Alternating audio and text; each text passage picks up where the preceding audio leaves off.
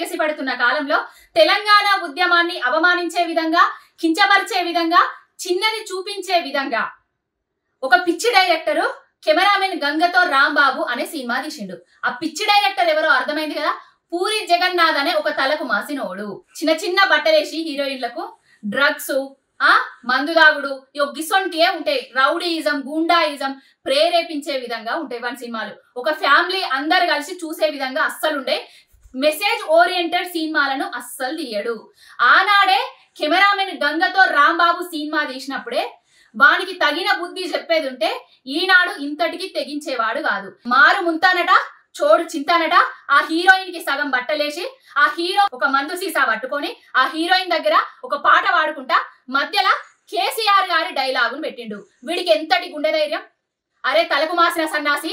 కేసీఆర్ గారు ఒక రాష్ట్ర సాధకుడు, తెలంగాణ రాష్ట్రాన్ని తీసుకొచ్చిన నాయకుడు, తెచ్చిన తెలంగాణను దేశంలోనే నెంబర్ 1 స్థానానికి తెచ్చిన కారణ జన్ముడు. ఆయన డైలాగును నీ తాగుబోతు సినిమాలల్లా, నీ తాగుబోతు పాటలు పెట్టి ఏం సందేశం ఇవ్వదలుచుకున్నావు? తెలంగాణ అంటే ఎందుకు నీకు ఇంత చిన్న చూపు? తెలంగాణ నాయకులంటే నీకెందుకు ఇంత చిన్న చూపు? ఏం బలుపెక్కి కొట్టుకుంటున్నారా?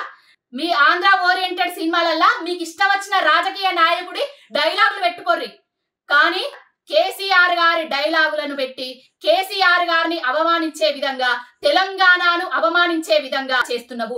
ఖబర్దార్ పూరి జగన్నాథ్, నీ పాటలకెళ్ళి వెంటనే కేసీఆర్ గారి డైలాగును తొలగించాలి.